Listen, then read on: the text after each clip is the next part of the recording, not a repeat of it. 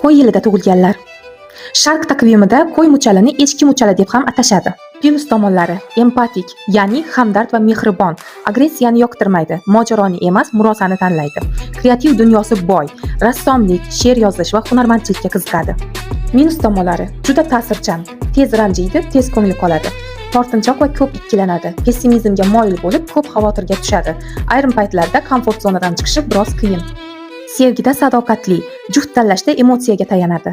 Ayol qo'ylar himoyani yoqtiradi, erkak qo'ylar esa emotsiyasini ichga yutadi.